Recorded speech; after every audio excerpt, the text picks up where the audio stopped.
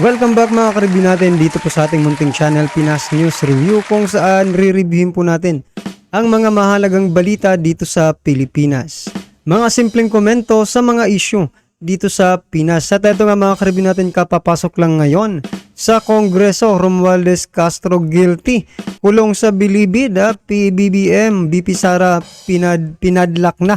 Yan mga ka-review natin, patungkol po riyan ang ating alamin mula po rito sa ating sa channel ni Banat Kapanig TV. Yan mga ka-review natin, nasa description po ang full video link ng balitang ito. Subscribe na po kayo kay Banat Kapanig TV. Yan ha. Kung bago ka pa lang at di pa po nakapag-subscribe sa ating munting channel, please don't forget to subscribe. At i-click na rin po ang bell notification para updated ka po sa lahat ng ina-uploads nating reaction video. At ito na nga mga ka-review natin, no? Sama-sama at sabay-sabay po natin pakinggan, panoorin at bigyan ng reaksyon ang balitang ito. Ito na po. Pinasama nila ang confidential fund, pinasama nila ang Vice President Sara Duterte. Iyan po ang Tatak Martin. Sino po pinuno ng HOR? Si Martin Romualdez. Kinwestiyon lang ni Franz Castro, tinanggalan ng confidential fund si Sara Duterte. Ngayon, natutuklasan natin, hearing kahapon, yung mga katotohanan na sinasabi ni Sara Duterte. Ano yung sinasabi ni Sara Duterte? Si Manuel mismo. Recruiter, ayon kay Senator Bato. Kaya tanggalan natin yan. Kasi tanggalan natin ang confidential fund ni Sara Duterte. Kasi ang hinahabol niya, yung mga recruiter ng mga senior students. Pag tinanggal mo yan, siyempre, mahihirapan. Pero magtatrabaho pa rin ang, yan po ang Tatak Martin. Di ba? O, nakikita po natin ngayon. Napaka-contrast po. Yung isa, trabaho ng trabaho, si BP Sara, tinatanggalan ng pondo, pinasasama. Hanggang ngayon, wala na patunayan na paglabag si Sara Duterte. Anong gusto pa ang palabasin? Patunayan niya na wala siya nilalabag. Yan po ang Tatak Martin. Eto nga po mga ka-review natin, no? Lahat po ng no, napapansin po natin, no? Ewan ko lang kung ako lang yung nakakapansin mga ka-review natin, no? Napapansin ko po kasi lahat ng mga dikit, no? Yung mga dumidikit dito sa mga Duterte, mga ka-review natin, talagang pinarurusahan, no? Pinarurusahan ng Kongreso, ng House of Representatives, mga ka-review natin. Nung gaya nga po dito sa SMNI, mga ka-review natin, di ba? Alam naman po natin na magkaibigan po itong Duterte at SMNI. Ha? Ngayon po mga ka-review natin, may resolution po na tanggalan ang prangkesa itong SMNI, mga ka-review natin. So, napaghahalataan na tuloy itong yan siguro yung sinasabi ni Sir Badong Aratilis na Tatak Martin, mga ka-review natin, no? Itong panggugulo, paninira dito sa mga Duterte. Yan ba siguro ang sinasabi ni Sir Badong na Tatak Martin, mga ka-review? Kaya po ba mga ka-review, ano po ba ang Tatak Martins para sa inyo? No? Kasi no, dito po sa Leyte, mga ka-review natin, Leyte at ba?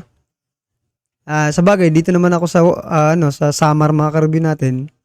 Pero maririnig mo pa rin yung Tatak Martin dito sa Samar Diba? Tatak Martin kasi Martin sa Leyte man, mga ka-review natin, no? So may mga nagko-comment din mga taga Leyte, mga ka-review natin, at kahit nga po dahil nga po, no? Kilalang nila si Martin, Speaker Martin, yan ha. Talagang medyo hindi rin maganda yung sinasabi nila, no? Well, ikaw kung isa kang taga Leyte, mga ka-review natin, di ba?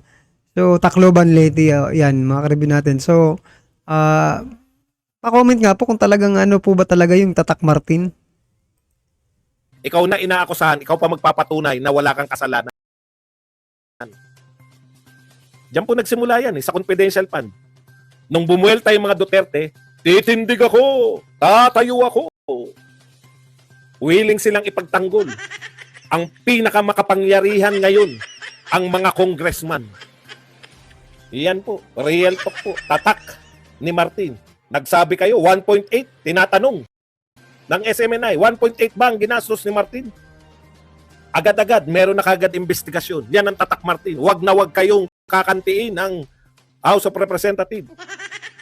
Iimbestigahan kagad kayo. Mas mabilis pa kay Tulfo. Okay na ba? Bakit po iniimbestigahan yung SMNI? Eto nga, mga ka-review natin, may nag-comment po, sabi niya, Grabe naman ngayon ang ang Kongreso, House of Representative, para ng martial law, no? Kasi kung ano yung sabihin ni Martin, mga ka-review natin, ni Speaker Martin Romualdez, yun po agad-agad ang ginagawa ng mga kanyang mga kongresista, no? Kakaiba. Pero yung sinasabi ni,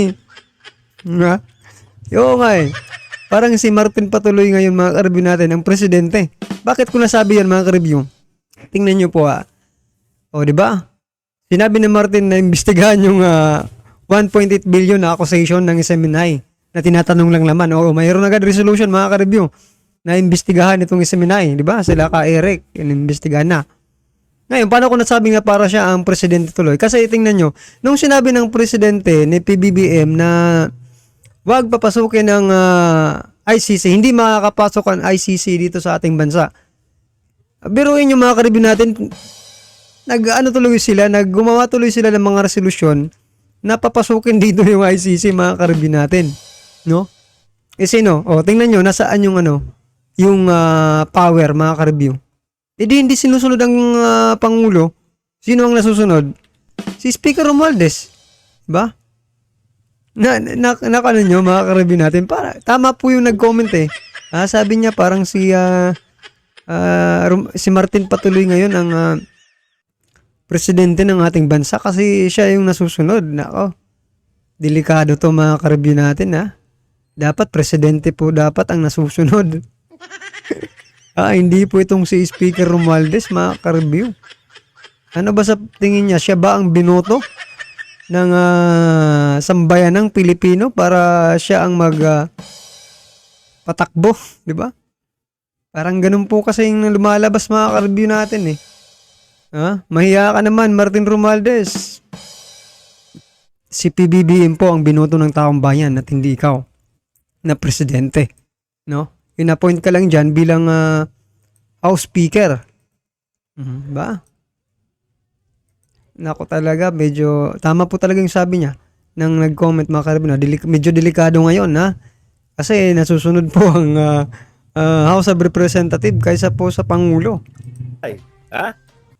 Huwag po natin kakalimutan, malapit na malapit po, dyan po lumalabas si Pangulong Duterte sa SMNI. One shot, investigasyon, tatanggalan para sa prangkisa agad. No? Nagtatanong lang pala si Ka Eric, sabi ni Ka Eric, nagtatanong lang ako. Pero natatak na yan sa mga yung tanong ni Ka Eric, na totoo ba na 1.8 billion ang travel? Natatak na yan sa mga Pilipino eh. Totoo kaya yan? Kita mo naman 1.8 billion ang pinag-uusapan. Nasingit pa rin ni Jaime. Di ba, papaalala ko lang sa iyo, Jaime Maria. Hindi ba kinasuhan na yan? Yung 125 na yan? May kaso na yan Sinabi na ba ng korte? Sa korte na yan. Naman, no? Niloloko mo kami. Ang cute-cute mo naman. Hindi na po uubra yung ganyan. Tatak yan, tatak ni Martin yan. Tatak ng kapalpakan. Tignan po ninyo, lahat po ng dumaan, lahat ng minadali. Ano pa po yung dumaan dyan na minadali? Sa House of Representatives, Maharlika Fund. Dumaan na, batas na. Bakit ni-review pa rin ang Maharlika Fund? Bakit kaya hindi pa rin napatupad yung Maharlika Fund? Dumaan na sa kanila yan. Tatak Martin yan.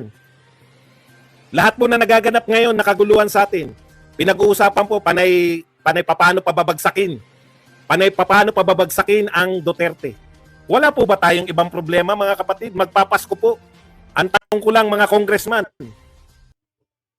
wala kayong nakikitang problema natin. Yung mga may silbi namang senador, So yan, mga ka-review natin, no? Tama po yung sinasabi ni Sir Badong, no? About dito sa mga batas na ipinapasa ngayon sa pamunuan ni Speaker Romualdez. Dapat mong reviewin yan lahat, no? Busisihin lahat, mga ka-review natin. Baka naman hindi masyadong pinag-aralan, no? Itong mga batas na ito. Nako, marami sigurong tatrabaho yan ang susunod na speaker, mga ka-review. Kung sino man yan na susunod na speaker, no? Dapat busisihin itong mga ipinasang batas ni Speaker Romualdez. No? Gaya yung sinasabi ni Sir Badong, yung mga minamadaling batas, talagang may mga butas yan pag ganyang inaapuran ninyo, di ba? Nag-aabang lang po sa Congress. Inaabangan lang po ano bang topic na sa House of Representatives. Baka nahuhuli ako. Sabi ni Risa Ontiveros, aba, sisikat na naman si Martin ito. Meron silang investigasyon sa ICC, meron silang resolution sa ICC. Hindi ako papadaig. O sunod-sunuran. Sunod-sunuran lang po. Dineklara po ni Martin yan. Yan po ang tatak Martin. Inunahan niya yung Senado. Susunod sa amin yung Senado, sabi ni Martin sa isang interview niya. Pag tinanggalan namin ng confidential fund si Sara Duterte, susunod ang Senado. Sumunod po ba? Opo, sumunod po. Tatak Martin. Susunod lahat dapat. Pero ano yung sinusunod natin? Lahat. Puta, sinabi lang nila na merong ICC resolution. Buong-buo na, hindi tayo makikipagtulungan. Ang dami pong pronouncement. Maghanap lang po kayo. Ang daming pronouncement ni Pangulong Marcos. Pero dahil po, nagsalita ang pinakamakapangyarihang House of Representatives. Aba, pag-aaralan na natin yan. Tatak Martin. Medyo ano tayo, kahit ako presidente. Teka muna. Pag-aralan muna natin. Mahirap na. Bakit kaya? Ano kaya meron si Martin? Lahat napapasunod niya. Senado, pati mga dilawan at kakamping, sumusunod na kay Martin. Antindi. Power. Hindi na. Walang Tatak Marcos. Tatak Martin ngayon. Hindi po Tatak Marcos. Wala po yan. Nagsabi ba si Pangulong Marcos na papasukin yung ICC? Hindi. Pero anong pinag-uusapan natin? Yung sinasabi sa House of Representatives. Basta tungkol sa Duterte, yan ba, House of Representatives, pasok ng ICC. Sino po ba punteriya ng ICC? May iba pa po bang tao? Wala na.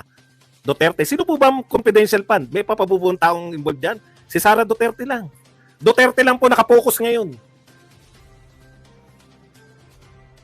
Yan po ang kaawa-awang kalagayan ng Pilipinas. Wala tayong ibang problema. Wala tayong ibang problema sa Pilipinas na dapat pagtuunan ng pansin. SMNI, ICC, Confidential Fund. Yan po ang importante dahil lahat yan may kanalaman sa mga Duterte. Di ba? Lahat ng may kanalaman sa Duterte. Yan po ang unahin natin. Bakit? Mataas ba presyo ng bilihin? Wala naman kami nababalitaan. Ha? Ang binabalita ng media lahat, kasamaan ng Duterte, masasamang tao, demonyo. Kaawa-awang Pilipinas. Pero ramdam ng mga tao yan. Hindi nyo malilin lang ang mga tao. Kahit na anong spin ninyo. No? O yan, ang pinag-uusapan. So yan mga ka-review natin, tama po yung sinasabi ni Sir Badong na hindi nyo po malilin lang ang taong bayan, no? Sabi nga doon sa isang content creator mga ka-review natin, no? Habang pinapanood ko. Sabi niya po malilin lang ninyo ang iilan, no? Pero hindi po ang nakakarami. So yan mga ka-review, napalakpakan po natin yun, no? Anong kanil ba yun? Basta mga ka-review, mapanood yun sa YouTube, no? Mga ka-review natin. Napakaganda po ng kanyang mga sinasabi, no?